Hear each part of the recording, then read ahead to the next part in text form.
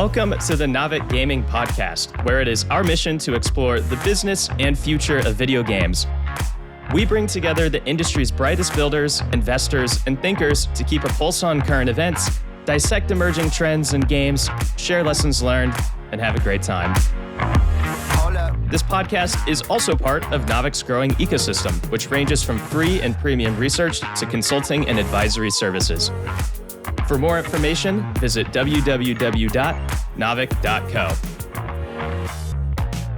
This episode is brought to you by Lightspeed Venture Partners. Lightspeed is a globally leading venture capital firm with over $29 billion in capital under management and more than 500 investments across the US, Europe, and Asia.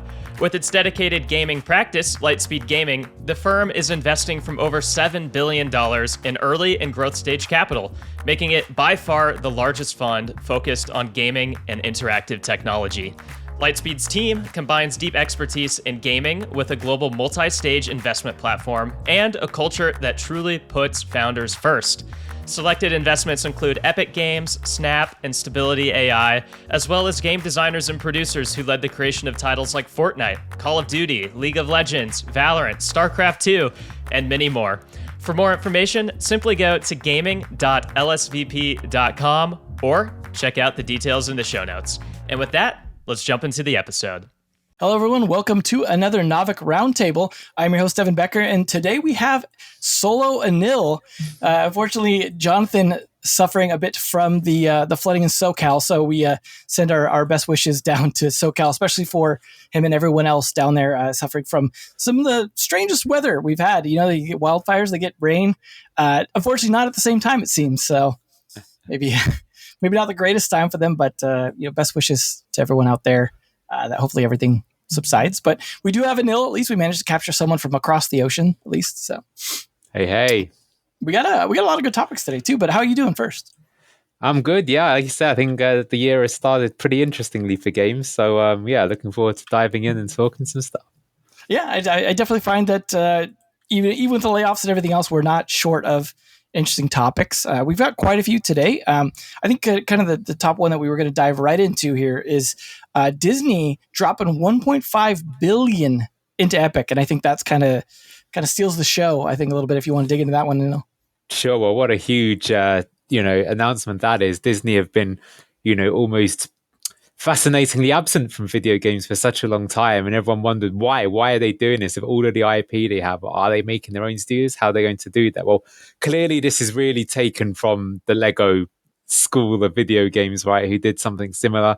So I think it's really worth referencing that Lego put a $1 billion investment themselves into Epic a while ago, and what came out of that was the Lego survival mode.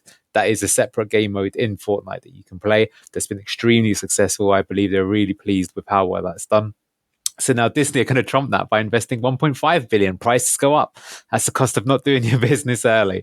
So that's what's going to happen. So well, look, I think there's so much to talk about. First and foremost, it really is like Disney back with a bang in video games. That's a huge investment to put in. Secondly, though, the strategy in terms of how to do that. So this investment implies, that they're going to be not making their own games per se, but use modes in the game. And, I think what this really signals is Fortnite essentially now not even a video game per se, but it is metaverse. Anil, say it. Yes. Well, I didn't want to use that word, but I'm glad that you did, because to be fair, I think this more than anything else, I think the Lego one was certainly going some way towards doing that. But now that you've got different IPs, multiple IPs in the same game, plus the Fortnite IP itself is so strong, it really does sort of feel like that. I'd be interested to see what you think of this, actually, Devin, because I actually say that this worries me a little bit, because it does sort of feel a bit like this is now almost becoming a bit too much of a juggernaut that can't be stopped. This is now moving, in my opinion, away from gaming, even though it is games, and more into TikTok, Facebook, that kind of territory in terms of what it is. It's going to become a ubiquitous part of Gen Z and below's time on the internet, and that's how they're going to capture them. And I get it. I think that is super smart from Disney. I thought it was smart from Lego too, that whenever you launch your own products, even if you've got the exact same team to build it, you're not guaranteed to get the users. The users are so hard to get. That is why we've seen so much consolidation in the industry. This one, you're basically guaranteed to do it. I would say that, Epic themselves have done such a brilliant job in the past of some of their tie-ins. Like I remember some of the Avengers tie-ins they did in the earlier seasons of Fortnite. So it makes a lot of sense. I wouldn't have been surprised if that partnership has been going strong. So, well, what are we going to see from it? That is very interesting. So the Lego was actually more of a kind of survival type mode, right? It was more Minecraft, you could say, more Ark than it was Fortnite. Of course, they could have just gone pure Fortnite mode. So what are Disney planning? We really don't know. It's just pure speculation in terms of what to do it. Of course, Disney, they have quite a lot of IP on their hands, would you believe, Devin? I know that might shock you, but I've heard of some of it, I think. Yeah, some Star sci-fi thing, probably Skywalkers. Trek, right? Yeah. Apparently some comic book IPs and even some Mickey Mouse characters. Although he's now actually public domain, so actually to be fair, Steamboat will. I probably won't see him in Fortnite anytime soon. Yeah. So what does it mean? Very interesting. So yeah, I mean it's huge, absolutely huge. I wonder how many more are going to go into it. You know, why they've. I will say this. I think from Disney, this is, and actually from Lego, it wasn't too surprising a move because they're companies that essentially they need a video game play, but it feels like both of those companies have kind of been burnt in the past by trying to do their own thing from scratch, probably because of their own culture and the fact that their industry is slightly different. You know, as we know, making movies is very different to making video games. I don't know if we should be thankful or disappointed by that. Because I would have mentioned it before, but we're in a previous discussion, but we're actually like starting to close some of the gap on that, which is part of the reason that movies can do the sort of breaking apart and coming back is partially due to the unionization and what's been a big theme over the last couple of years. Unionization. So, you know, maybe we're moving that direction. But that's a whole separate side topic, but I just want to mention that. That's an interesting one. Don't ignore that, you know? I had a boss once who thought that could be the future of games development. I'm not going to say who that was. I mean, it was quite an interesting topic. I always feel that with games, you know, you need to build that experience over years. So it's hard to kind of do that. But perhaps not if you've got something like this where the tools are kind of already there. So that's interesting to see. I guess what I'm saying is that I feel that like for companies like this that need to have a video games play but don't have the experience, the time to really get into that, this presents like a new opportunity and could work out for both parties. And that's certainly what it feels like it is. It feels like that's the future of Fortnite and maybe even Epic. So I think everyone's super curious.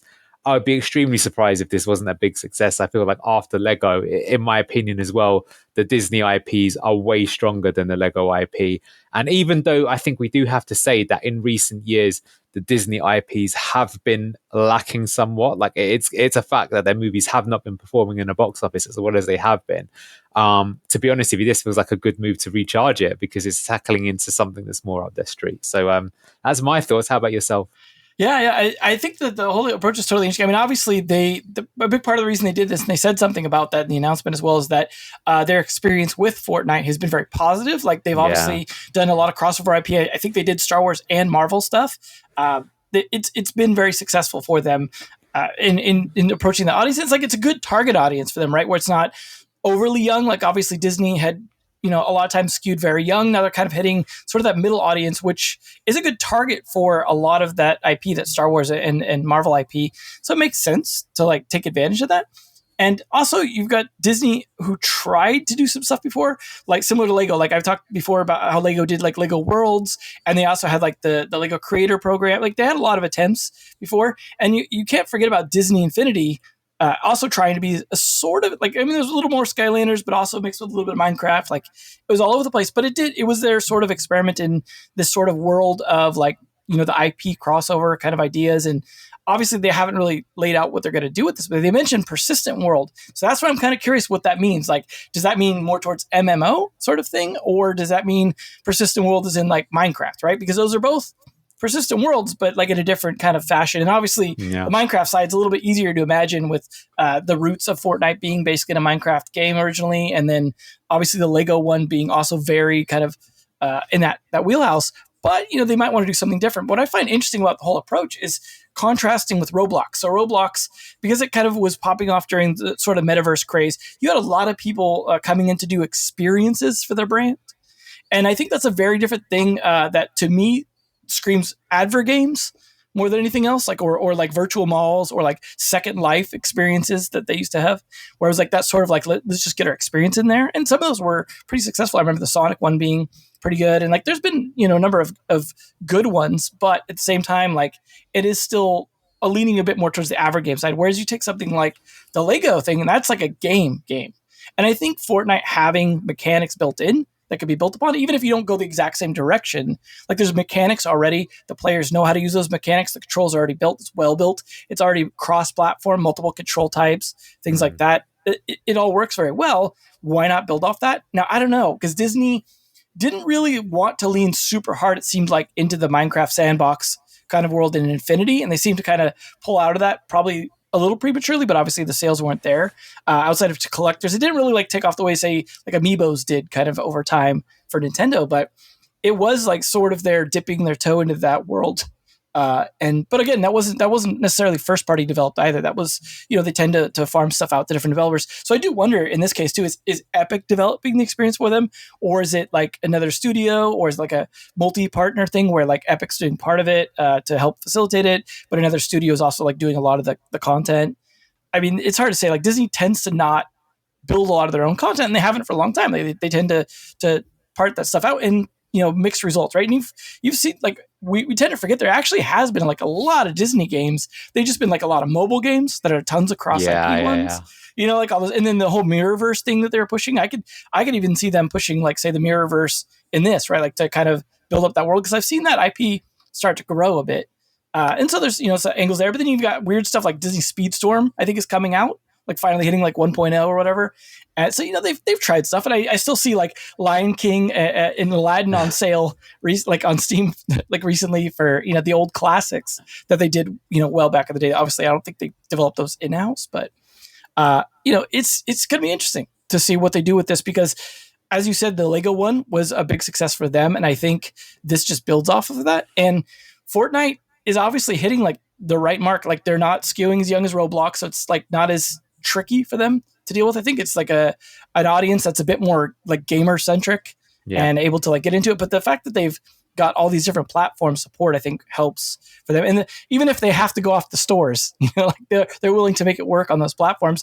And they fought hard for cross-platform. Like, don't forget, like they pushed Sony heavily into that territory, and they fought for that, and they're fighting for a lot of App Store stuff. So it's like, if anyone's going to kind of become the metaverse or take over, or become this IP platform, like at least it's someone who's fighting for a lot of like beneficial things for developers. Like it's like actually things that benefit developers that will eventually benefit consumers, and dumping tons of money into it. So, if Disney's dumping money into them and they're dumping that into legal battles that may benefit us, cool. Like Disney's now actually doing something useful with their legal battles rather than just trying to extend copyright, for Infinity. So it's kind of nice. Like I think it's a good thing, but I am curious though, like if you had any more information on exactly how Disney invested, because I did see something about a minority stake. So I'm curious, like how they're actually involved, like what the financial deal was, what level of like influence or control they might have over Fortnite or Epic or anything like that. Obviously, there's a huge cash injection for Epic, but I would imagine it's very similar to how Lego did it themselves. So when they made that deal, Sony also, I don't know if you know this, are also involved. Both of those made $1 billion investments, and it was for minority stakes, I believe 2 to 3% at the time. I reckon it's probably for the same amount, because probably the valuation of Epic has gone up since then. So yeah, it doesn't mean you're in majority control, but it means you always have access to full information, right? You're first to know what's going on. Get Tim Sweeney's email. Well, essentially, yes. And it's going to allow you, because that's the thing, is like the curious thing with Fortnite, if you compare it to your Roblox analogy, is that these game modes sit on the front screen. Well, at the moment, there's not so many modes that you can choose from. But what happens when there's 100 different game modes that you can choose from? Now, all of a sudden, those companies are battling with one another. So I suppose that having a minority stake means, no, actually, you're always going to be part of the big kahuna, so to speak, and you'll get it there. So just before we round this section up, I mean, I think it's high time. Like when I see the success of the Spider-Man games on PlayStation, I'm not actually 100% sure who owns the Spider-Man IP exactly. I think parts of it are owned by Disney, but parts shifting from Sony. Like, anyway, my point is that's been very successful, and I've just always thought, why are Disney leaving so much money on the table? I cannot believe during the whole MCU, especially the Avengers Endgame phase, that like any sort of half competent video game, even probably a not competent video game, would absolutely have cleaned up. And yeah, more importantly, is to connect with that audience, which just feels like a massive waste. Well, now they've solved it. So well, not yet, but we feel they're going to solve it. Yeah, and I'll be interested too to see if they like the big question I have whenever these IPs get involved is the Fortnite creator mode. If eventually some of that bleeds into there, that can become again essentially a Disney Infinity kind of thing, or so like a Lego thing. Those both kind of suit that idea, as we've seen experiments with that in the past.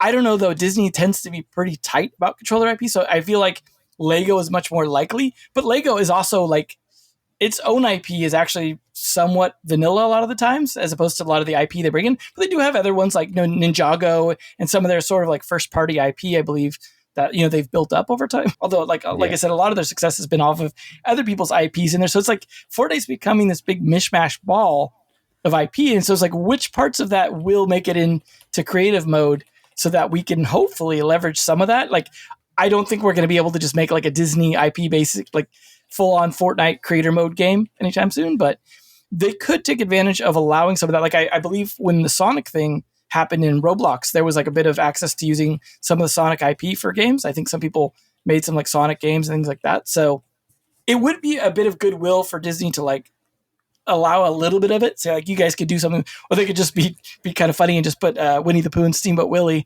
and just be like, here, you can have at it with these two, just so we don't have to worry about copyright. But yeah, we'll see. I mean, it's a big topic, and it also like I think could lean eventually potentially into Web3 aspects. I mean, obviously Fortnite hasn't said anything about trying to do anything Web3 or anything like that, but they've been at least Epic has been fairly friendly to Web3 in terms of allowing stuff on the store, actually like making policy changes to help support it. And then you've got Disney. A lot of people don't know this is going on, but Disney actually just is like launching right now in the middle of all this a Web3 project on Flow from Dapper Labs. And I actually just got like an invite to like the early access. I mean, it's probably not exclusive or anything for like their app on iOS for pin trading is what it is. Because they actually started taking pin trading away from the theme parks for some reason. But they are like doing it via Web3 now, which is interesting. It's interesting that they're dabbling still in that. And it doesn't seem like, obviously that's happening right now still while Iger had taken back over. So they seem to be pretty friendly towards at least experimenting there. And I don't know. Again, that could be very interesting if Fortnite or Epic starts to go more in that direction. That actually swings over to another Web3 topic that we actually have. We have a couple of them, surprisingly, today, despite the fact that it's kind of cooled down, which is, again, related sort of to IP and financing around Mythical and Fenix. Something that was a hot topic, what was it, a year or two ago at least, because it was one of the bigger fundraisers that we'd seen around Web3, which was $150 million to a company called Fenix that had essentially broken off from Mythical Labs, who are still doing good stuff with NFL Rivals, which I'm sure will be very interesting with the Super Bowl coming up here any day now. So that should be like a big. This will be basically a big distraction off their plate for that, as they have now settled between the two. Because to catch everyone up on what happened, essentially, a lot of the three of the executives from Mythical Games were out essentially doing some fun, and some of this is purported. I don't really know how much fact there is on here, but basically, the executives were supposed to be out fundraising for Mythical Labs, and somehow made some deals with Cypher Capital and some others to essentially fundraise for their own project instead, which is what the lawsuit was about. And then went off and suddenly quit. And I think it was like less than a month later, they announced Fenix, which of course, is supposed to be like the Phoenix coming out, although they spelled it with an F. And that was their big project. And they announced they like raised $150 million. This was a big deal. And they were going to act as both like a publisher and a developer, which I imagine the publisher part was probably because they didn't have like games ready to go or anything, but like wanted to start doing stuff. And like after that, big whole thing happened, they just kind of went quiet for a while. And there was the lawsuit announced from Mythical that like, hey, we're suing them over that. They were basically diverting our fundraising to them when they were still employed here. No. And they've now settled, but it sounds like basically this is a little late for Fenix, as they apparently never raised the $150 million, which I'm assuming is probably because of the lawsuit, but no details from the case on that, as they've settled. And I imagine probably haven't announced a lot publicly and related to that. But at this point, it sounds like Fenix is basically done. One of the three executives, the CEO of the company, is already gone. And I can't imagine the other two are there still. So I think at this point, it's kind of someone put out the fire, essentially. Mythical Games kind of won that one. We don't know what the terms were, but I can't imagine, they got 150 million out of it, right? Like, if those never raised, probably not a lot to win out of the settlement. So unfortunate circumstance, but for Mythical Labs, it sounds like probably a decent outcome. Well, it's kind of outrageous, the whole thing. I mean, that really implies that, as you say, they were employed by Mythical and fundraising for another entity, and circumventing that money to that new entity. And if there was any proof of that, then no wonder they were probably in legal hot water and decided, well, it's just better to move on with it and accept that it never happened, rather than fight it out of an expensive lawsuit, and lawyers win again. But in this case, if it happened that way, you have to say that Mythical are well within their rights to do that. I mean, that is kind of a gross what's the word for it? Negligence, or not even that, like, sabotage, right, almost, espionage in terms of a company. I'm not really, I guess things like this do happen all the time, right, in more traditional industries, but that's really quite outrageous for that to happen in games industry. I mean, we don't know the full details, right? Like, I don't want to overly assume, but it certainly did look, at least from the public perspective, a little dodgy, and obviously did not work out. As you said, the 1 month is the big giveaway. Like, if it was 6 months or a year, you would still basically assume that was the case. Right. But you would assume that gardening leave and or non-competes were put in place, so they would be safe. Think non-compete would have stopped them from doing that, but maybe that's what they thought, that wasn't the case, and that's why they were confident. Maybe they spotted that in their contracts, for example. Anyway, I don't think we'll get a Netflix docuseries, unfortunately, but too bad. The details come out. Point. But hopefully, again, like I said, it wasn't a huge distraction for Mythical Games, because they've obviously been trying to play off the success of NFL Rivals, trying to get Nitro Nation World Tour going. They're trying to pivot Blake's Block Party over to mobile eventually. I saw another game on their site that I couldn't even read the name of because of the art, but they look like they have another one in the works. They're kind of weird about making sure they promote their new stuff across all their pages for some reason. But they definitely are doing quite a bit. So hopefully this is a case where now they can maybe accelerate a little bit more, especially post Super Bowl. And developing, I mean, I say this is, obviously we're both Web3 fans here, so we do want to see some success. And NFL Rivals is one of the few that I would say was a mobile success. Like, it actually, whether or not long-term is, as far as like actually landing on the store, like getting promoted by Apple, pulling in money. I mean, we can't say that they're making profit because we don't know how much they're spending, but it's still like one of the better like success stories I think we've seen. So it's good. I mean, obviously it's American centric, so I'm sorry you guys don't get it, but you'll get your own, I'm sure, at some point, right? It's settled now, so I think we can move on from that, thankfully. Sure. Well, let's keep in the Web3 world then, and move on to our next topic. So another really interesting topic to discuss this week is the Heroes of Mavia worldwide launch. So Heroes of Mavia is another Web3 game, Web3 mobile game. It is essentially Clash of Clans, but with Web3 elements added to it. What's interesting about this is, I guess, the renaissance party for Web3 gaming. This is the first one that I think has really made quite a big impact, I would say. And we're both in the Web3 world, and I can say that it has been the talk of the town in the last week or so. So their game had been in development for a while, but they actually listed their token at the same time. And, a lot of people thought gaming tokens were dead. Well, Mavia certainly disagrees with you. As the time of speaking, they have a market cap of $1 billion. Their token already went up by kind of 25%. I think what's impressive is they had over 1 million downloads in 3 days.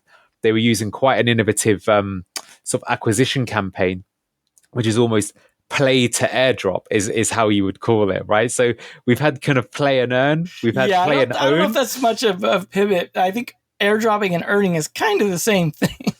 Well, maybe, but I mean, here their response was that you download the game and play to be eligible for the airdrop. And the reason why I bring this up is that's what's given them 1 million installs in 3 days. Like, no matter how you want to cut it, really, one of the fundamental issues in games, I would say, in the last 2 to 3 years has been scaling and attracting audiences to your products. And that's not just in mobile, that's across everywhere. That is the reason why coming back to our first topic of the show, why have Disney invested in Fortnite rather than making their own game? Because they realize that is how you get the audience. Everything else is a risk. So in order to achieve that, that is still quite impressive, however we want to cut it. And so far, it has, I would say that it's considered within the Web3 space as being a very successful launch in terms of the token, and people are quite bullish on it compared to things that have gone before. I think what's worth giving kind of like relevance to this as well is that there has been a bit of a renaissance in Web3 and gaming tokens over the last 4 to 5 months. Shrapnel listed their token at the end of last year, and that really surprised people with how successful it is. Shrapnel's like an extraction shooter style game. It looks and pretty as a side high. note, they have some playtests going on this week, I think, so you could probably find some videos of people playing online. There you go. Well, it'll be interesting to see. I'm sure they will launch big at some point this year.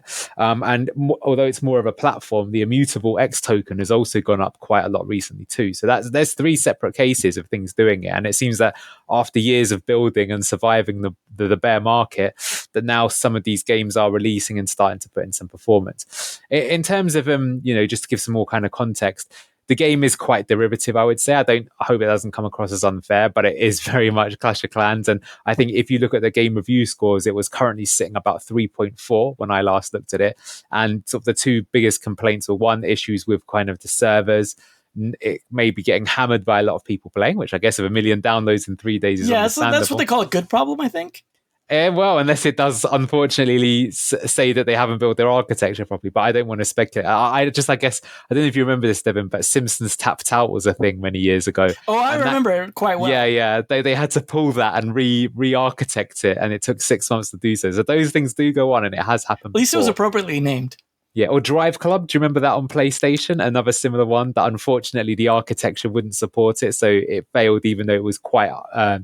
let's be honest. What big game launch doesn't fall apart almost immediately? I mean, we just had the whole thing with Suicide Squad, their early access falling apart like day one. It's par for the course at this point. We can cut them some slack. Yeah, the other one, I guess, was unfinished features. There's a lot of kind of coming soons mentioned in the game. I think, one of the big things here is they're literally going up against one of the biggest games in gaming history, but certainly over the last decade. Clash of Clans has literally got 12 years worth of content on there. So, if you're a player and you've spent 6 years in Clash of Clans, are you going to leave that game for a new one? Maybe not. I would probably tend on not. But that's... Well, if you think about it, so the big thing, right, is the sunk cost is the reason not to leave, right? But if you're talking about a Web3 game, and the Web3 game does offer the ability to potentially take what you have and leave, now you're like, oh, hey, I have sunk cost in Clash of Clans, but I'm not going to have a sunk cost in this game because I could take it out and self-justify why it's okay to do it a second time. Maybe. I'm just saying the possibility. Well, that's exactly where perhaps you should work for Mavia and Scry Studios. But look, I want to say firstly, for someone in the space, congratulations to them. I think regardless, it's still a pretty good game. It's going to grow and get better over time. And it's showing, well, look, I mean, here's the questions of why we wanted to bring it up. Is this the start of a new wave of Web3 games this year? In my opinion, I think it will be. I think you're going to see much better quality stuff coming out this year. I also think with the sheer number of games, maybe not necessarily this year, but that were in development, that one surely is going to break out and be pretty successful. And that may even make many of them. So, I think the space has definitely evolved a lot, but now that this quality has been increased, are we going to see this kind of new wave? I suspect we probably are. Bitcoin is halving in April. Will that lead to a crypto bull run? It's already up. I think I saw some notifications earlier about it hitting 45K again. So I don't think bull run, I'll be honest. But at the same time, it's not all sad times. So I would agree. I feel with 2 wars literally going on the planet right now, I don't think that's going to lead to a bull run. So that's maybe something outside of its control, but we'll see. Who knows? Do we think the game can sustain its performance? I think that's an interesting one, because what tends to happen with a lot of the Web3 games is that they come out with a strong start. I can remember the game Thetan Arena from a few years ago, but it can't really maintain it, because not enough people are doing, and people are aping in to buy the token. It's going up too quickly, too soon, and then it crashes, and then it's all dead. One thing I'll say is a game that is based on Clash of Clans is going to have a lot of progression and a lot of meta to keep people there for a long time. At the very least, it has a lot to look at from what Supercell has done and copy if they want to, or make adjustments if they feel like, hey, that was not the right direction, or the players, being like, hey, we actually want more of this type of game. Like, they do have some opportunity to like steer it a little bit in a different direction potentially. Exactly. They do say that the Mavia token is going to be used for governance and making decisions. So it'll be interesting to see how that plays out. And, you kind of already touched upon it. I mean, one of the questions I wanted to ask was, what impact does the Web3 element have in terms of interest and reception? And, you made quite a good argument there that could be a reason that you think, well, okay, hold on. If I go into this game and then it turns out I don't like it, I can actually get something back from it. Or I can play the game around the game if I come into it. And, that's always been one of the things that we people have said could be the reason why Web3 gaming takes off and it becomes a thing. It's certainly possible. You certainly see that kind of evidence in behavior in other non-traditional games and markets. So we'll see that. And, I think, perhaps the best way to describe this is this might not be something that's gone completely nuclear like Palworld, which we'll come to in a moment, just to give an update on that, which is, that's why I feel this year has already started in a pretty interesting way. I would say, look, we're only, 6 weeks into the new year. We've already had Disney dropping 1.5 billion in making a Fortnite game mode. We've had a game come out of absolutely nowhere to be the new darling of Web3, all streamers worldwide. Yeah, it's not the only one too. We had other big success stories like Lethal Company and stuff like that. Some of these smaller ones. So you never know this year. And now we have the renaissance of Web3. So I think that's already quite a lot of interesting things here to see. And yeah, what I would say is I feel that this game has probably got a strong enough start now that it may give it a platform to see if that model going forward. So, if we conceptually think about it, a game where the players have genuine power to decide what comes next and ownership over it, you're certainly pulling a face, and perhaps that face is right to be pulled. But it's an interesting model stroke hypothesis for can you make a game and sustain it that way. My personal opinion is I think that could be a very successful model. I think that what I think over the last couple of years is that games these days are really growing from word of mouth. I would say that's known for about the last 5 to 6 years, that's the biggest way to pull in new people, is that one of your friends is playing it, so you want to play it with them. Well, if there are games where you feel that then you have ownership over it, and those sneaky devs are actually listening to you and doing what you want and doing things that are in favor of the player base, does that actually lead to an overall more profitable game, which was kind of flew in the face of what was previous logic in sort of yesteryear. And I feel with the games industry getting more and more competitive, that perhaps that is the way to go, because it means that you have something genuine, and that connection is going to be the thing that keeps you in the game. I mean, there are so many games that the truth is that if no video games came out from now to the rest of your life, you still wouldn't have enough time to play all of the video games that are out there.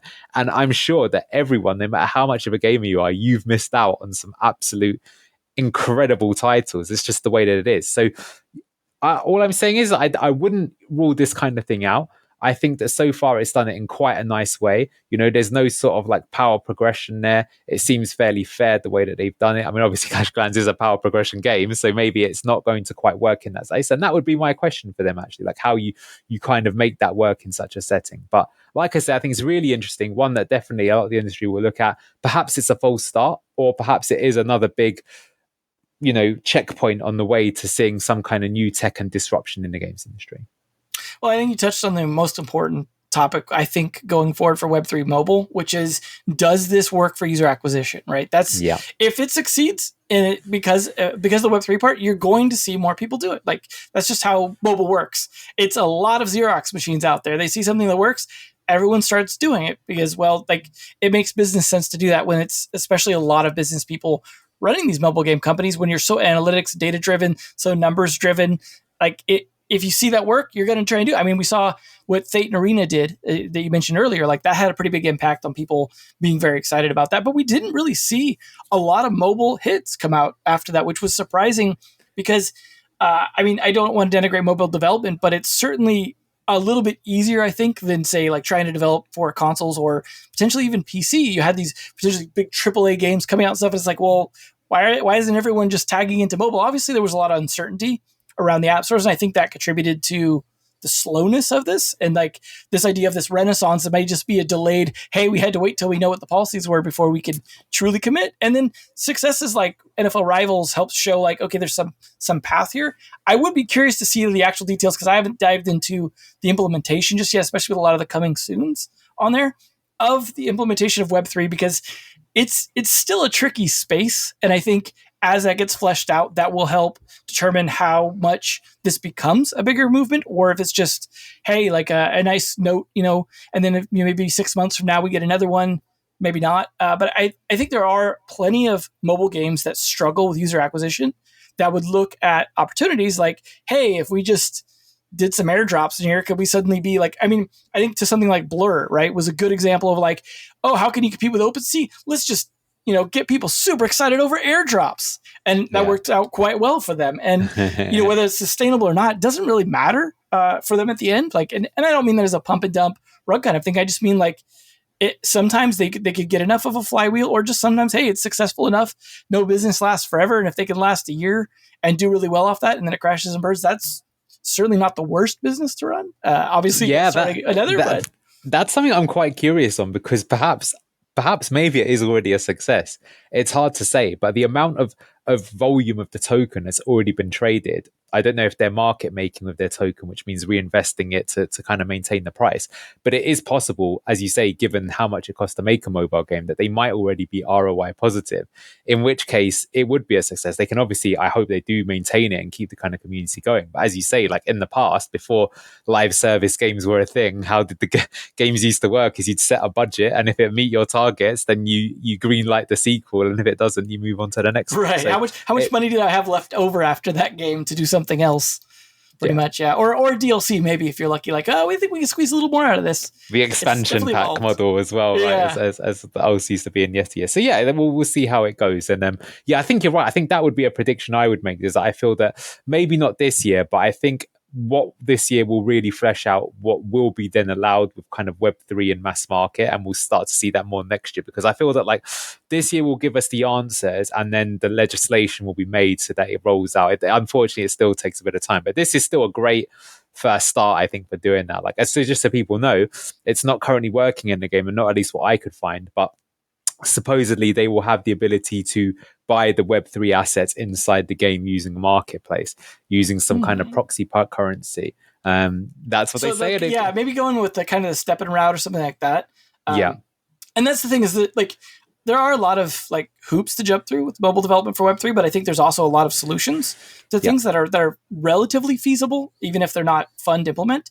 And I think as we see more demonstrations of that, like, the step-in example I mentioned with their sort of like side currency to try and make Apple happy and things like that. Like, I think in these situations, if you manage to, pay the troll under the bridge their fee, you can pass as much as you need to. And like, that's what it comes down to. As long as you're like legal and making sure Apple or Google get their cut, I think we'll see a lot more stuff be okay. And I think one of the things, that may contribute to more of these things, if it's successful, right, where it's like people see a success, they will try and do more of it, is like the tooling has improved over time. Like, there's more frameworks and SDKs and tools and stuff to where it's more doable in a shorter time frame than it used to be. And so, like, as I mentioned earlier, Heroes of Mavia is not like a new game. Like, it didn't come out of nowhere. They announced it a long time ago. And that is one of the things, too, you have to consider, is that they had an invested player base a long time ago, similar to like a Kickstarter or something, where they're invested in it, but maybe even more financially than like a Kickstarter, where you just kind of have bought something ahead of time. This is really like investing in the game. And it's not just tokens. I believe there was land in this game as well. Like, there were airdrops, exactly how it works, but things like that. I thought as well, just before we move on to the next topic, is I actually think that is, in my opinion, the thing that I've noticed with the sort of breakout games recently is they do tend to have this kind of grassroots into phenomenon type journey. So they have like an early version and some true believers that stick with them for a while. They're kind of building sort of like in the spare time, secretly undercover, but they're always making the quality of the game or the fundamental gameplay loop really good. And then at some point it crosses a threshold where actually it is good, and then they go big, and then it sustains because it's good. So yeah, maybe it is like a Kickstarter plus, but it is interesting because what I'm saying is I feel like that is proving to be a bit of a consistent way of being successful. Right. And in the industry right now, where it's big bets that you're making on, and people generally trying to play it safe rather than scared, maybe that's the way that you get around. Well, that's the thing too, is like a lot of the big companies, they're trying to make games. They're either trying to capitalize on IP, or they're trying to like do a bunch of soft launch testing on some idea that may be a clone or maybe like an iteration of something, and then just doing a whole bunch of analytic stuff and then pumping for scale once they figure it out. But it's not really like community building. And I think Web3, whether you like it or not, has actually changed that quite a bit. Like they've really shifted people's mentality around community building on Discord, especially. I think Discord has probably been the biggest beneficiary of Web3 that doesn't get talked about often enough. Is just they get gaming in general. I would say I feel it's and so it's one of those situations where like the community building was just kind of ignored for a long time. Mobile was very not social, didn't have a lot of social aspect to it. Reddit was kind of the closest thing we had to communities around mobile games. Maybe occasional forums, but forums kind of slowly died off in favor of stuff like Reddit. And so I think we're in a position now where community building should be maybe a little more considered earlier on. People like working with the community, building stuff up, instead of this idea of like, we just always have to rely on IP. If you're going to build new IP, it can't always just be off of, well, I'm going to have a huge marketing campaign and shove this in everyone's face, and that's going to build the IP. Like, I think that model, while it still can work, is a little expensive. Now, I think that's the big problem. Is do you think it can work? I'm not sure it can. It can. It's just really expensive, and a failure is a big failure. But even like with huge IP, it could still fail. Like you said, even Disney has been struggling with their Marvel IP and other things a lot, even with successful IP. So no surefire bets. But I mean, speaking of like the groundswell of like community sort of buildups and games, obviously, we mentioned earlier, Palworld continues to do quite well with some big numbers coming out. I mean, we talked about it like early on, and it's still growing. Well, that's what I just wanted to point out. We don't need to do like a big update on this, but it's now hit 19 million players. So, with these games that kind of come out of nowhere, I think recent examples would include Fall Guys, would include Among Us, but these games didn't really sustain. To grow to 19 million players is pretty impressive, I would say. And I think because it's based on kind of survival mechanics and sort of Ark style gameplay, I would suspect that whilst it may not sustain that amount of players, it will probably keep a lot of players for a long time. So I think this is now a big success.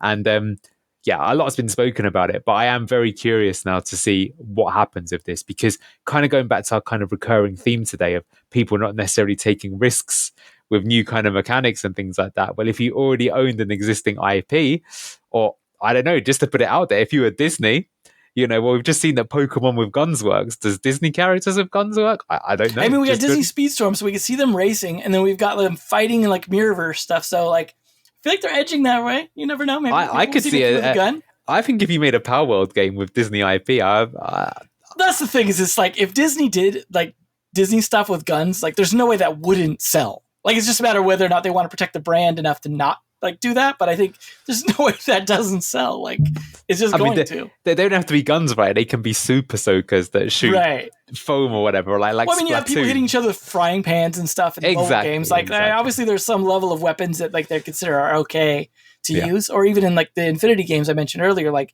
there's still combat. So I don't know. So that is, I'm sure this was discussed last week, but that would be my prediction, is that which major IP is going to take their mechanics and do their version of it first. Surely Pokemon have already greenlit their own version to do it, seeing as the game's literally proven what's them to do. But look, congratulations to them. And I always say that I think it's great in the games industry how no matter sort of how corporate it sometimes feels in recent years and how consolidated it gets, that in games, something random like this can happen anytime, anywhere, out of nowhere. And when it does, it always puts a smile on my face. I mean, you obviously hope it's going to be you, but even if it's not you, I just think that it's like the soul of video games. There's something special about it that doesn't really exist elsewhere. Like I feel like even in movies these days, it's rare that you get like a movie that comes out of nowhere. Like you used to occasionally have things like maybe Blair Witch Project or Saw or maybe Parasite to some degree, but that was quite hyped up in Korea, for example. But they never really become sort of like massive successes, right? They just become more indie darlings, even if they're ROI positive. But in video games, it still appears that you can kind of come out of nowhere and do gangbusters. Baldur's Gate, another one I would say, although that was a recognized they've been IP. pretty successful before that. Like that. That's why I'm putting an asterisk over it. But even then, the amount that they did is still incredibly impressive, right? I don't think anyone would have ever predicted them to do that well. So, yeah, very nice story. Good to see that happening. And who's going to copy Palworld first, I guess, is the cynical take on it. I think you're right on that. At the very least, people will try. It's just a question of whether someone with like strong IP will do it. I think that's where it's. I think the question mark is like, will someone actually risk their IP to do it? But I think there's some IP that are a lot looser or more sense of humor than others. I honestly I can't see like Game Freak or Nintendo doing it, but at the same time, like they have, you've got a MOBA, Pokemon Unite, like where they're willing to fight each other there. Obviously, like if you think about it, Pokemon's entirely based around combat, so it's not like I mean, outside of Pokemon Snap, I guess. So it's not, I guess, too far fetched. But we'll see. It's definitely nice to see, as you said, though. Like there was a pretty interesting story, and we touched on it before. But just the whole story around their game development and the struggles they went through, and the risks and stuff. Like I'm not saying go out and copy that. It was probably, a hair away from like being just a complete failure no one ever heard about, but.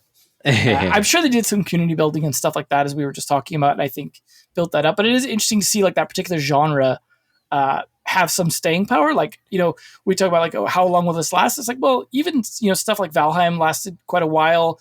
I think most of the games that have like had some early success in that genre tend to stick around. I mean, you look at stuff like Ark, it stuck around quite a long time. And even like, you still see some of the smaller ones, like the Forest into the Sons of the Forest and stuff like that. As long as they have some unique hook, they tend to stick around for like a longer time. Yeah, those games, I feel, from a meta kind of view and a design standpoint, I think they're well suited to that. That's like my previous examples that I gave, like Fall Guys and Among Us. What they had was it was so easy to get into and you could understand it really quickly, but there wasn't really that much to retain you. These type of games, they're very sticky loops. You're playing as that progression. It's like how with Palworld, it's like how many powers can you get? I mean, that's literally got to collect them all with Pokemon, right? Got to catch them all. So I think that alone makes it like a sticky game, and it's easy enough to kind of keep the content treadmill going. So yeah, I think this is one that, like I say, I don't think it will maintain those numbers. I mean, in terms of CCU, but I feel this will be here for a while, and it won't just be a fad. Yeah, and I think it's also worth noting, like, they very quickly seemed to make a deal with Microsoft for Xbox Live, and that must have been like less than a week of deal making. Like they were probably on the phone like 24/7 making that work, and so that's a big, I think, coup for Microsoft to pull that off and like pull them over as quick as possible. Make that huge deal. I remember seeing something like in the indie movie, like wasn't there like some big thing with Super Meat Boy and like that whole thing where like trying to negotiate a deal to be in the part of their indie thing. Like that was a big like back and forth. I feel like it was like that kind of scenario with just these sort of frantic phone calls to try and make it in that window. And I think obviously that helped. We talk about the 19 million, and that was 12 million on PC, which of course, like it's been dominating Steam. It's like right now just below Counter-Strike 2, but it was like above it at one point. Even it was like the top game on Steam, period. And getting above Valve's games is never easy. Like that's a rare feat. It usually you're like down in the Hall of Fame of like peak gamers at that point, but they did manage to pull it off, and they're still right. Like I said, checked earlier today, still just below Counter-Strike 2. So they did obviously quite well on PC, but like Xbox, 7 million of that, and that obviously I don't know if that counts people just playing on Game Pass. But if it doesn't, like then I mean, yeah, maybe they cannibalize some sales for Game Pass players like that were just like, hey, I'll play it on Game Pass. But I think because even with that week delay, everyone jumped on it already. Like by the time it came out on Game Pass, like a week later, everyone already probably owned it at that point. That was going to play it or at least tried it out there, and. My point around that, though, is like, even if they don't sell anymore, I can imagine the deal they have with Microsoft is still going to continue to bring them money around the Game Pass version. So even like non-continued sales will still help them succeed if that continues to be a game that's played on Game Pass. Because if it's still played a lot on Game Pass, Microsoft will obviously want to keep it on Game Pass because that helps keep people around on the subscription because it's a subscription. Therefore, anything that keeps people playing is a positive for that subscription. So that's like a very positive situation for them because it's a type of game where you do invest in your server or your world and you build it up and like people have a sunk cost like we were talking about earlier. So it's a very interesting situation for them to be in where I think they could sustain a good amount of income for a while at the very least to actually consider what they want to do next, whether that's a Palworld 2 or treat this more like a live service ongoing thing for a long time.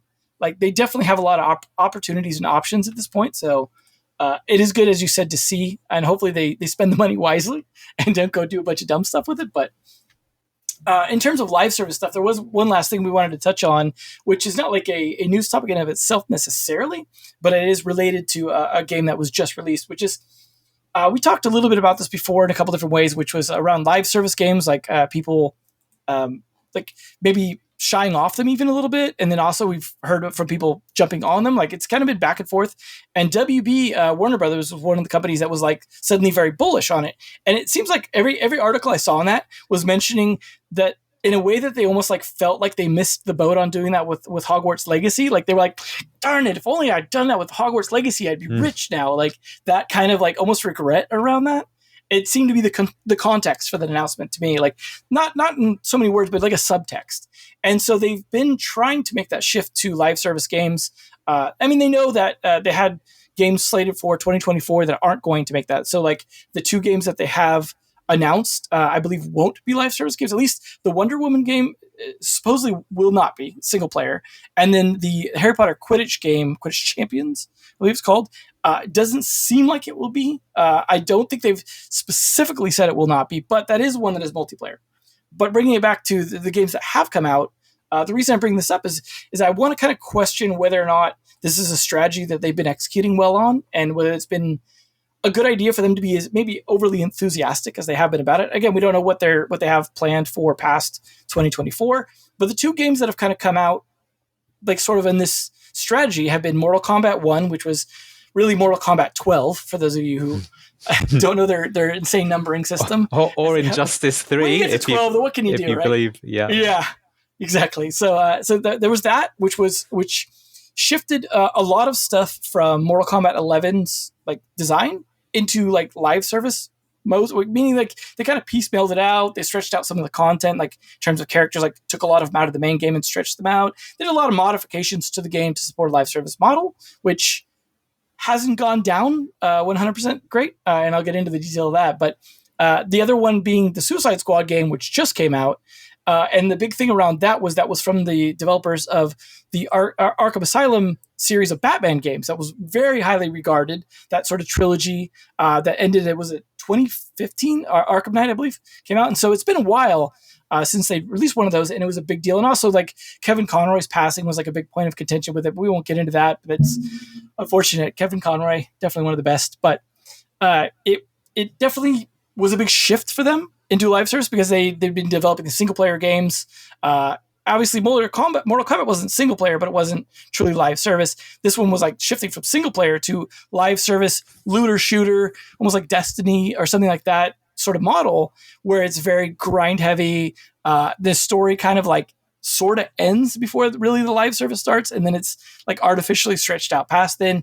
And for games that are built around their story and their immersion and that sort of single player experience to be kind of warped into this different co-op shooter experience, it hasn't seemed like it's worked out great. And I mean, it's a little early to be 100% on that, but I do think if we look at the numbers around these games and sort of the responses, stuff like that, it is looking like they could be maybe putting the cart before the horse when it comes to converting at least established franchises into this model. And that's what I worry about, because WB is more than happy to constantly beat their chest about their IP and their franchises. So I would expect that is where they will plan to use this stuff. So, I mean, first off, I just get your take on sort of Mortal Kombat, being a Street Fighter, fighter fan in general. I'm sure you have lots of opinions on that, but also anything you have to say about Suicide Squad. I haven't had a chance to play it, but definitely.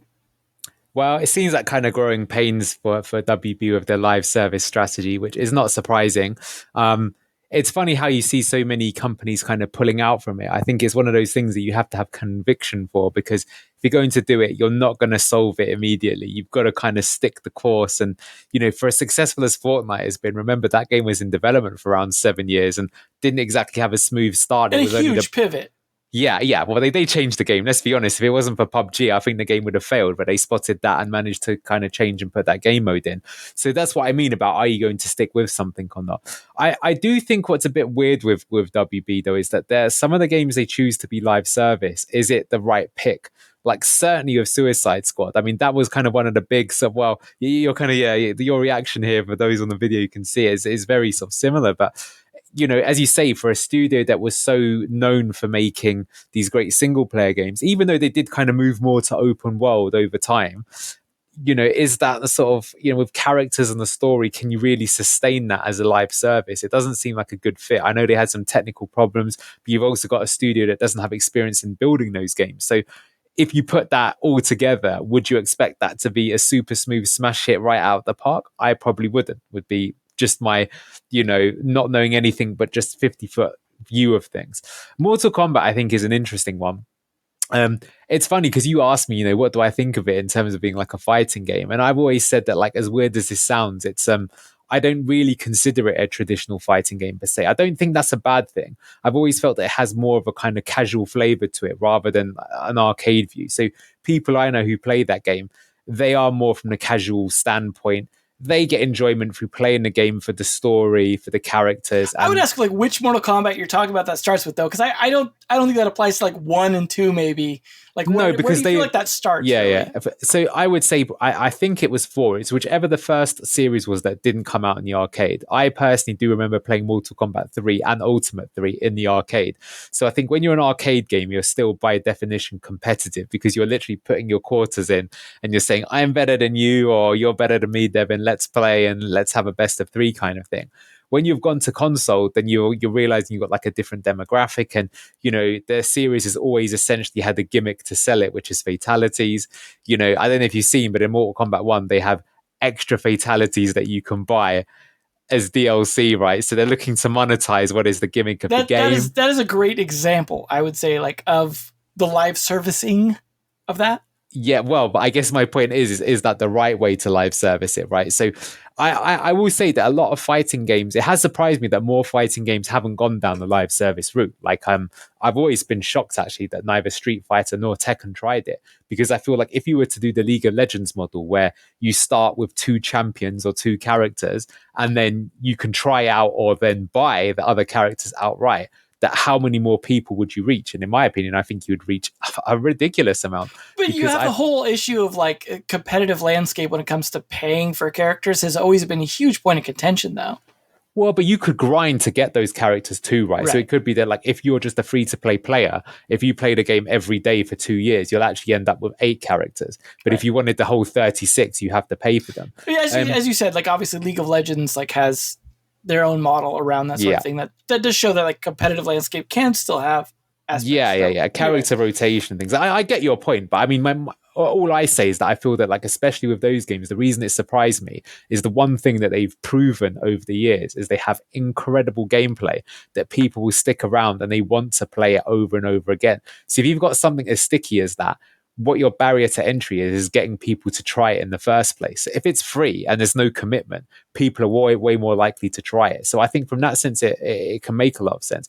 As you say, with Mortal Kombat, with the live servicification, I don't know if that's a word, but we're making it a word now. Yeah. But if you're going to do that, if you already have an initial upfront cost, then, are people going to stick around? Now, to be fair, I do know that in Mortal Kombat, the people who play that game, they're not so interested in the online play. They're more interested in the other kind of modes where they have like a kind of towers mode or conquest mode and things like this that are essentially kind of grindy RPG mechanics. I don't know if you've ever played the Mortal Kombat mobile games, but they're not fighting games. Yeah, they the might Onslaught look like one that came out recently. Yeah. I played a bit of that one, as well as the Street Fighter one, which were both very different takes, for sure. Yeah, because they're not really fighting games. They look like them, but they're not, right? They're RPGs in disguise, so you can kind of go there. So, yeah, I mean, look, what I know is that I feel that players feel that Mortal Kombat 1 was rushed. It didn't feel like a finished game when it came out. Well, it's a live service game. You don't have to release it completed, right? Well, but perhaps that seems to be the if philosophy. Yeah, I would say that even a lot of games have got that wrong. Like Street Fighter got it wrong with Street Fighter 5 too, which is that if the game comes out and it's not as good as the previous one, you're starting off in a bad sense. Yeah, you probably should finish that first before putting that out. Yeah, well, it's notable that both Street Fighter 6 and Tekken 8, which has just come out recently, both of those had extremely strong launches because the opinion, especially from the hardcore players, is that on day one they were very well-rounded, that they had like a lot of content and good gameplay. Street Fighter 6 having amazing netcode, and that kind of got them off over there. So because, as we're saying here, this MK has not really sold so much, whereas the previous one got great sales. It hit 15 million. It's still the highest selling fighting game. out of all of them, even though I've said that it's not really a fighting game, it's more of a kind of single player game. But with this one, if they've already on the decline, it's hard to see them picking up. And so I fear for that franchise a little bit. And perhaps if you are going to plan live service, it's still important that the base product is good enough to retain player interest, so they want to kind of keep there. It's a difficult one to say. What I can see is that, yeah, they're still obviously a bit far away. I mean, WB also had Multiverses, right, which is a game you really like, right? And that so also that was what I was going to get to after. Is that's the next one in the volley, but it's like it's a relaunch rather than a first launch. So yeah, unless you consider that beta was actually a beta, but of course, like if you could spend money and buy season passes and stuff, let's be honest, that's not a beta. Well, what I would say, and which I would guess would worry me, is, well, what have they learned? Because none of these games have seemingly had a good, smooth launch. That's the big test, right? Is if they come out and they've learned a lot, they actually had a chance to try it out, but they were free. And I think that's a big difference. Is Multiverses wasn't coming out. It was a platform fighting game, so more similar to Smash Brothers and that but it was also still a fighting game. And it had characters you could buy and things like that, sort of what you're talking about. But it also was free to begin with. And I think, it was hugely successful. It used IP as well, but definitely flexed Warner's IP quite a bit, as well as, I still see to this day, like pretty much every day on the subreddit, there's people talking about what characters should come in. So being like a cross IP thing was clearly a big win for them, but it is going to be a big question because there is like no information on what's changing with the relaunch. And there's like these weird sort of like, promotions that came out in McDonald's in like Germany that may have just been like delayed promotion deals that weren't even relevant yet, but supposedly it's launching sometime early this year. So like that may be like next month, whatever. A lot of people speculating that it was meant to kind of like wait till the Suicide Squad stuff was done and then follow up. But it is important to bring up to see like, did they learn from that? Because their big problem was around monetization and retention were like very difficult for a Smash Brothers style game, because like that's difficult to, but we still have games like Brawlhalla that are managing to survive. So clearly there's some model that works, and that also has dipped into cross IP and stuff. So it's just a question of like, did they learn anything? And if they do, that would be valuable learning, I think, for WB in general. So like they pretty much took like a year off that game, which can't have been cheap to be spending on that. I doubt they like scaled the team down to retrofit it either a lot. So they probably were working very hard on it, like expensive. So hopefully it's a case where like they were essentially investing in, here's how live service should work. Obviously we'll find out, when it comes back out. It was free, so obviously you could try it when it comes back out, unless for some reason they pivot it to paid. But that is a big difference. Is both Mortal Kombat and Suicide Squad were paid up front games meant to continue to monetize you after that. And the big complaint I see in any review of them is like, even the positive reviews are like, this game's too expensive. There you go. Yeah. Clearly the upfront price is a big part of that hurting the games. And obviously, like, you go back to the original Mortal Kombat, you had to pay quarters to play practically every fight you did. Like, it was always pay to play, but that shift the mentality around buying up front and then continuing to milk for money. I don't know if it always works great, but I think, their older model wasn't so bad. Like, so I was a pretty lapsed Mortal Kombat player and hadn't really played one much since like 3 probably, but 11 brought me back in because of the DLC, which was RoboCop, Terminator, and I think it was Rambo. Like, I was just like, dude, I'm gonna play as RoboCop and Terminator. Like, I don't care. I bought the game like on 2 different systems because of that. I bought the full like complete edition so that I got the DLC with it. Like, they brought me back in.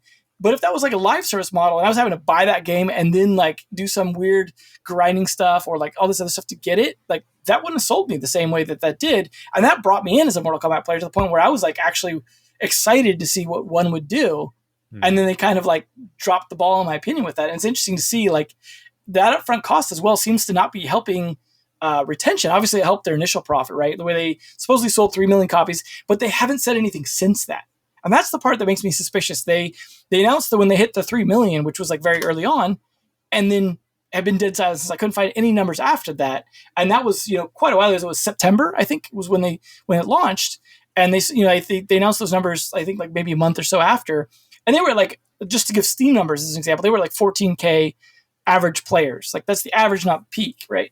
And they're all the way down now to one of the lowest of all the fighting games at like, 1.7, which is, that is below games that have been out since 2021. Like, Guilty Gear Strive which still has some life in it. That's hitting Evo again for the third time. It's got some life in it, but it's a 2021 game, and that never had big numbers, but it still managed to hold in the thousands on average players, and it's like 1.9 right now.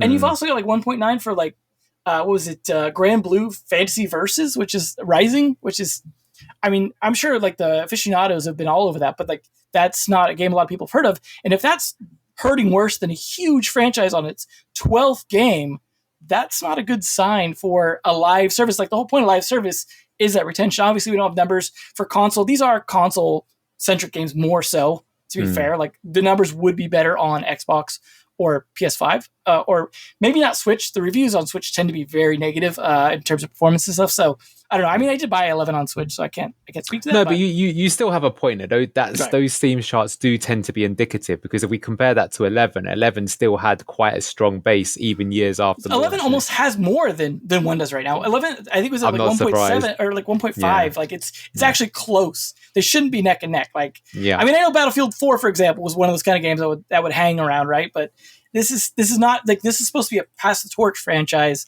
not a go backwards franchise. Exactly. So this, I just think this is an indicator that maybe WB needs to like calm their excitement for a minute, and like if these games that they're working on now aren't coming out this year, take a breath and think about their strategy, so they're not just like excited about the next Harry Potter thing they can slam live service onto, and make sure that it makes sense. Because like even Harry Potter, is that like really a good fit? Like for Harry Potter to become a live service game for the same reason was Suicide Squad a good fit? I mean, maybe if you have the right developer who knows how to do that correctly, and this is nothing against Rocksteady, because they're fantastic developers. Like they make a great game. So like I still see a lot of positive reviews, and right now it's still at very positive on Steam with like about 84% positive last I checked. So there's still a lot of people enjoy the gameplay, but like I said, even the positive reviews that are part of that 84% are like, this game's too expensive, buy it on sale. Like it's not enough for them to refund it, but they wouldn't buy it again, kind of thing. So this is a difficult position to be in, where you're charging full price for these games. And obviously looking at like Street Fighter 6 is still doing better. Tekken 8, which just came out, is doing better. And these are games that aren't, like as you said, leaning super hard into live service, but they are doing DLC, right? They're doing more like what you would expect from these games, which is let's release a solid game and then continue to expand on it. Not let's release a rushed game and then piecemeal it out so that people have to wait a month between each thing and get quote unquote excited about it. It's clearly not seeming to work, in my opinion. Obviously Suicide Squad's a little early to be sure, but I do see them already like starting to tank in terms of number of players, and it's fairly low number of players for that type of game that's a co-op multiplayer game, which means you're expected to be at least more than one person. So the number of players matters even more than like a 1v1 fighting game would, for example. So it's not looking great. Obviously Multiverse like struggled and may or may not be able to come back. I really hope it does, as a fan of that game, just because it was a fun game. I liked it, and it was free, and there's no reason not to jump in and have a good time as long as you wanted to. And like it wasn't overly monetized. It wasn't stringing you along with stuff. If you wanted characters, you get them. Like they weren't crazy. It just didn't have the retention. That's the problem I see with a lot of the stuff when we talk about people backing away from live service games. Is retention is not an easy thing to do, and it's hard to do it without skewing the game in negative ways. But you can do it positive ways. It's just not easy, right? It's not the easy lift. So I feel like we'll have to wait and see the other IP that they have that they've mentioned, that I do think, obviously DC outside of just Suicide Squad, the Wonder Woman game, like I said, is not tagged to be like that. It's meant to be open world, whatever. And surprisingly, I noticed it was from like a developer. Like I'm surprised it's still doing cool stuff, like Monolith, which goes way back to like Blood and Shogun and stuff, but cool to see they're still around doing stuff. And they're a good developer, so I do expect if they were to do something that they would also be able to do it well, but I don't think that's going live service. But there's also Harry Potter, as I mentioned, and Game of Thrones is one they've teased a couple of times that I could see them kind of going more in that direction. And they didn't mention, I don't know if they have still deals around Lord of the Rings, but that was what Monolith had done previously to this, was the Shadows of Mordor games, which were quite good. So I don't know. We'll have to see, but obviously, like, there's a lot of different directions you can go with any given IP. So there could be something very appropriate in DC that makes sense for live service, and just have the right developer. And I don't know. Think about it correctly, because I hate to see them screw this up with good IP, and especially with franchises, going back the 12th game now. And as a side note, I just happened to catch a really great documentary on Midway that includes a lot of like the early stuff of Mortal Kombat. Which one's that? Yeah. On YouTube called Insert Coin, I think it was. Oh, yeah, I'm okay. not sure. But I do recommend anyone who's curious about the early Midway people and their mentality. Just as a fan, I think it's a fun watch. I think it's, if you want to see how Mortal Kombat developed originally, I think that's a great one. It's just on YouTube, so I think you just watch it for free. But definitely recommend checking that out if you're interested in sort of the early roots of like those people just doing crazy stuff and not thinking about it from live service, but still thinking about monetization, which was interesting. Like they're very much like how they're doing the sales of the, it's quarter by quarter. And I don't mean a fiscal quarter. I mean a literal quarter, 25 cents at a time was their mentality at that point. And so it's a very interesting, I think, contrast to looking at, and in context for something like Mortal Kombat 1. So we'll have to see. Obviously, like Tekken 8, for example, is pretty new. Multiverse hasn't come back out yet. Street Fighter 6 may or may not have a long lifespan. It has, dipped a bit in terms of player base. So, we'll see. I'm not ruling Mortal Kombat 1 out yet, but I do expect that they're going to have to work to earn things back a little bit. The scores on Metacritic are not great. The reviews are mixed on Steam. While Suicide Squad has had a better start, I do expect that will also potentially suffer a similar fate if they don't find some way to pick that up. So just word of wise, if you're doing live service games, like just think it through a little. Think it through. Yeah, I would always say take your time. I think it's interesting you mentioned the multiverses. Well, just to put it out there, I mean, of course, I get it that portfolio slates are planned years in advance with revenue targets, so it's easy for me to say this, but if I was someone like a Sony or something similar, I think rather than committing to having all my games live service right away, I would choose one kind of smaller IP and or game and studio and use it as a testing ground and really just work it out so that you can fail 5, 6, 7 times if need be until you really learn what you need to do. And then once you've got one that is a success, then you look to kind of bridge it out. I suppose, to be fair to Sony, who've bought Bungie, they probably think that because they have the Destiny IP now in their stable, that they've already got that. But yeah, for example, in WB, I think just if you make your entire slate like that, it's and you haven't had one success, it just feels like you're making the same mistake in different ways multiple times rather than solving the core issue. Like I said, that's one way to learn. Yeah, I suppose so. The more expensive way to learn, but like I say, I just want to say that's a very easy thing for me to say and point a critical. I get how it works in these big organizations, but my experience is that the amount of times, I think we've discussed it many times on this show or off air, that to get a live service game working, it's like a fundamental shift in the way that everything is done. It's not just a case of the game quality and things like that. I mean, it's interesting how earlier you mentioned how you felt making mobile games was easier than console and PC, but I feel now, yes, I was going to say that I feel in the space year 2024, which is now where we live, that's not so the case. Maybe from like the pure artistry and visuals required. Yeah, I'm talking about the technical aspects. Yeah. But if you include the overall package, I think you'll find that there's different problems that are just as complex in different ways. There you go. Well, I'll end this with one final thought. Obviously, WB needs to just bring Harry Potter over to Fortnite. It's not the worst idea. Obviously, that's the solution. With a 2 billion investment, because they'll have to increase. Well, you got to step it up. Come on, you can't just match them if you want priority access. Or they can bring DC or I'm not sure if DC ever had a Fortnite crossover. I don't recall. But where's the DC versus Marvel? Fight in Fortnite. There we go. Anyways, that's the final thought there. I think we actually ended up with quite a bit to discuss on these topics, and I think, as you said, like a lot of interesting stuff happening this year, and definitely keep your ear to the ground because there's just a lot of people trying to work out a lot of interesting problems. I think that's worth highlighting is that it's not easy money, but there's a lot of money to go around, it seems. So definitely got to figure that out, but we'll help you figure it out as well, with trying to bring the insights we can from the news and interesting things going on. But I want to thank, of course, you listener and Anil for managing to make it. Thankfully, no floods over there, although I'm sure it rains plenty. It is raining right now, actually. At least you're on an island, so you're fine. Right? Yeah.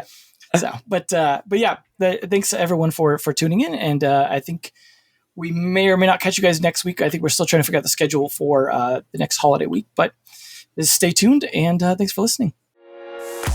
If you enjoyed today's episode, whether on YouTube or your favorite podcast app, make sure to like, subscribe, comment, or give a 5-star review. And if you want to reach out or provide feedback, shoot us a note at podcast@navic.co or find us on Twitter and LinkedIn. Plus, if you want to learn more about what Navic has to offer, make sure to check out our website, www.navic.co. There, you can sign up for the #1 games industry newsletter, Navic Digest, or contact us to learn about our wide-ranging consulting and advisory services. Again, that is www.navic.co. Thanks for listening, and we'll catch you in the next episode.